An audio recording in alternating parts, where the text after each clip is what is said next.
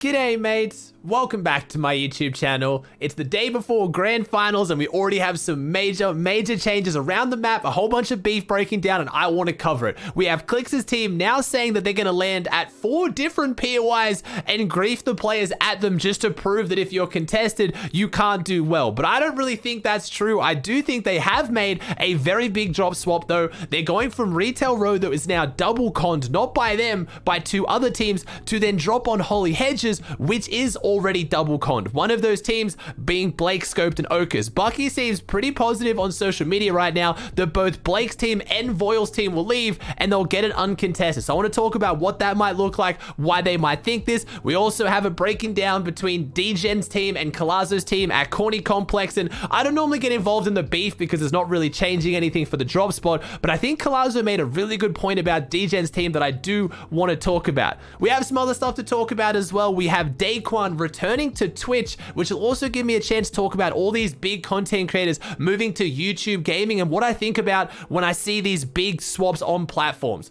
Also, I want to give a little bit of teaser for my announcement. Don't know if you guys saw it on social media, but as of today of this video going live, I am making the biggest announcement of my career.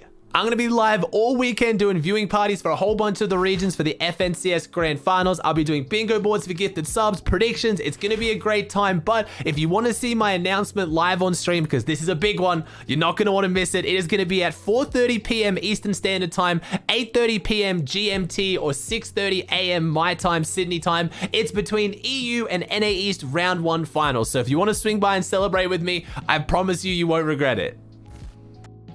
Alright, so if you guys missed my drop spot video yesterday, the way it was standing was we had Clix, Bucke, and Kreo going up against Pam, Stu, Kerry, and Fatch at Retail Road, but I think things have changed today. Bucke made it actually a super fun video to announce where he's dropping, which again, all for the sake of content. I'll roll that real quick so you know what's going on.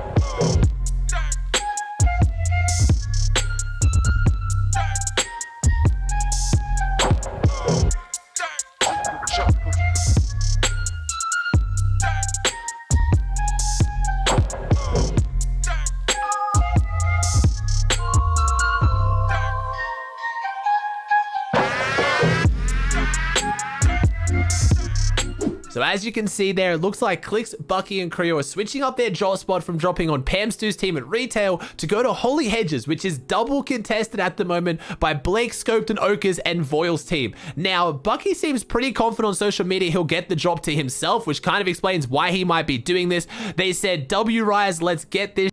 And it's, yo Rise, can you sit in a call with us and coach us for Holy, and can I buy the drop map for 150? And what he means by the drop map is basically all of Rise's information on how to drop for the drop spot, how to get down first, and how to win the fights. Remember, Rise, Miro, and Threats were the best team going Holy Hedges, I think almost in any region. They didn't qualify, that still blows my mind, but they know Holy well. They know the rotates, they know the drop spot fights, and if Rise is coaching Bucke's team, their chance of winning has gone up tremendously. It looks like they're going to be contested either way, so I think they're just picking the easier fight. Bucke still thinks that he's going to go there. He says, on my life, I'll have uncon Holy tomorrow, but Blake just went to bed and tweeted out, confident for tomorrow, Holy 12 out of 12, good night. So it looks like he wants to go there every single game. So I don't know if Bucke knows something that we don't know. Maybe the threat of the fact that Rise is going to be coaching them is that scary on spawn. But again, like I talked about yesterday's video, I'm going to keep referencing that there's no drops on the map. Everywhere's contested. Like, Clix's team has to drop on someone. Dropping on Blake, Scoped, and Okas makes me sad because obviously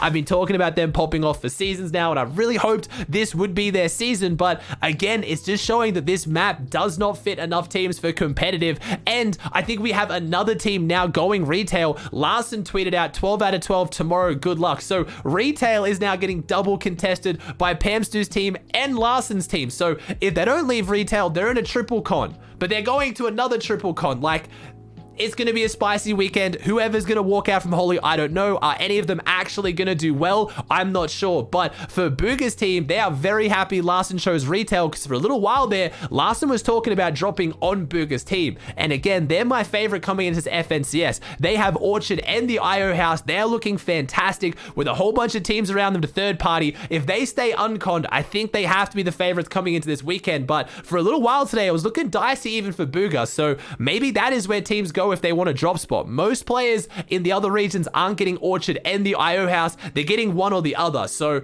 I wouldn't be surprised to see a team land there. I hope they don't, because I want to see Bugge pop off. While we're talking about Orchard, I'm going to have to talk about Colazo and Degen going at it on social media. Ages and Skittles got involved a little bit as well. I'm not going to go through all the beef. You guys know I don't like the drama, but we did have Skittles originally call out Colazo for going corny complex. Colazo bit back and said, hey, look, mate, look, I've always been going corny since the start. I thought we were cool. Don't know why you're making fun of me for going a certain drop spot. The beef escalated. Colazo went in even more, but there's one thing he said that I liked. He said this wouldn't be happening if you stayed in your lane and you stayed at Orchard, which if you haven't been following any of these teams in the past, you've had Degen, Ages, and Skittles having Orchard locked down, I think for 3 seasons now. That has been their drop spot. They've alphaed it. No one's been going there, and that's one of the main reasons they've been doing so well. They are a phenomenal team. They're incredibly scary. If they had an uncon drop, they would be in my top 3 this weekend, but they chose to leave Orchard to go corny complex, whether it's because Bugge was going there or they just thought they wanted a better drop, like they've earned it, and that's now put them in the position where they're getting contested, and it just opens up that big conversation again about why do teams get dropped on? Do they deserve it? Is it random? Have teams done a better job about alphaing their drop spot? Like Stretch's team's uncontested at Lazy right now. Why is no one dropping on them? It just opens up this whole conversation, but I thought it was an interesting point to make when teams are complaining about getting dropped on or who's contesting them, when they've made very conscious decisions to drop where they drop. Some drops are going to be a lot more likely to get dropped on, but some are completely random. Who would have expected that retail or Holly are getting triple contested? Like, you can't plan for that. Now, what's going on with Daequan? Because obviously I did a bunch of videos talking about NRG signing Daequan and Hamlins. They started the Thum house, and it's been really cool. They're making a bunch of content. I've been watching it and really enjoying it. They did what I said in the video I needed them to do. They did a video talking about the other members of the house and going into detail on their backstory, who they are, and it really helped the content to get to know them. But a lot of people have been saying the same thing. Man, I wish Daequan and Hamlins just came back to streaming. Like, that's what we love from them. This IRL content is awesome. They seem really happy, but what we miss is Daequan and Hamlins the streamer. And I don't know about Hamlins, but it looks like Daequan's making his return. He tweeted out today, Saturday, 4 p.m. Pacific Standard Time, my stream gonna go crazy, be there, hashtag Twitch. And I like the fact he added Twitch, because otherwise I think a lot of people would have expected this was maybe another big creator to move to YouTube. Because if you guys haven't been paying attention, we just had some huge signings to YouTube. We had Lupo and Tim the Tapman. So Lupo, Tim the Tapman, Dr. Disrespect, and Courage JD were all playing games recently, and it's open up this huge conversation about whether, you know, these content creators should switch platforms, whether other creators like myself should look to switch platforms. And I've been saying this for a while now. I think depending on the point you're in your career, anyone who disrespects people like Lupo or Tim for taking this deal, it makes me sad. You don't know what situation they're in financially, what their plan is. Obviously, Lupo and Tim have achieved fantastic things. I'm sure they're not struggling for money, but I do see the trend between the two of them of both starting a family. They both have young children. Their priorities are probably shifted a lot with streaming. They can't put in the hours they used to. They can't grind as hard as they used to. As much as Twitch helped them and has changed their entire lives, I'm sure they love Twitch, but you can't hate creators for taking a deal that could potentially give them, you know, longer career longevity and safety when they've got a family, or even if they don't, if they just want to take that deal. They've worked incredibly hard, and while I do think creators, you know, owe something to their audience that made them, some people push that way too far. Like you owe them to stay on a platform, or sorry, they owe you to stay on a platform or to stream a certain thing or stream at a certain time or do something in a certain way. Like, these guys have worked so incredibly hard. I'm sure they've achieved insane things on Twitch, and they're super proud of that. Maybe they want to go to YouTube. Maybe they genuinely think they'll achieve more on YouTube. I don't want to sound like I'm talking down on YouTube as a platform. I just think for streaming, it's a little bit behind. The functionality just isn't really there. Only recently did they get clipping. Like, that should just be straight up just a staple of a streaming platform. I don't think you can even host on the platform. Like, there's a bunch of features missing, but it is really cool to see them make that change. And maybe if they start making more YouTube videos, both will grow and they'll really succeed. I just don't see too many YouTube streamers growing once they go to YouTube. Some of them can do really well. Laserbeam, Muselk, Lachlan. Sorry, I should announce we also had Fresh. It looks like Fresh is now going to YouTube streaming, which fully answers this question about why did Fresh lose partnership. I suspected this, but I didn't want to spread the rumor in case like they were trying to keep it under wraps. But the fact that Fresh lost his partnership but didn't do anything bad, like there was nothing wrong, it made me think that he didn't sign his exclusive partnership again, which meant that he lost his partner status, and this was just the in-between to go to YouTube. And based on his tweets, it looks like that's what that is. They didn't really try to make it very subtle. They were like, who do you think this streamer is? And everyone knew that it was Fresh. So do I think these creators will grow once they go to YouTube? Maybe, especially people like Fresh who are getting, you know, 1 million to 2 million views on daily videos, like clearly massive on the platform. But for creators like Lupo, who really had a much bigger following on Twitch going to YouTube, I don't think they'll necessarily grow. But I've always said this, like with Ninja with Mixer as well, getting a lot of money to subsidize the money you're losing, but then get to focus and spend time with your core community would be quite interesting. I've never been to the point that these guys have. Like I get 25,000 viewers if I'm doing a viewing party for a massive event, but most of the time, if I'm doing a viewing party, I'm sitting around 5 to 10K. If I'm just playing the game, I'm sitting around 2 to 3, which I am so proud of and just blows me away that I have that level of support. I never thought I'd get here, but I haven't got to the point that these guys have. Like Lupo and Tim the Tatman have pulled upwards of 50, 100,000 viewers just doing normal streams. Maybe a part of them wishes they could sometimes go back to having that core small community before everything changed. And sometimes platform switches bring that. You get to go and just hang out with your core audience who wants to follow you, not the big horde of people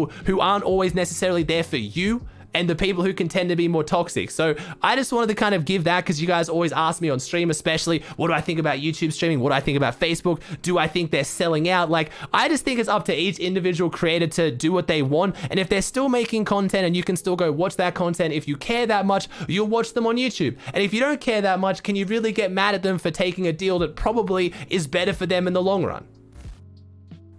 Alright guys, that does it for another video. I'm so excited for this weekend. It's going to be a big one. Don't worry, I'll obviously have videos over the next few days recapping all the games, all the action, everything you missed. So if you like today's video, please chuck a like on it. Let me know in the comment section down below your thoughts on anything I talked about today. If you haven't already, please subscribe to the channel. It would mean the world to me. Thank you so much for watching. I hope you enjoyed, and I'll see you in the next one.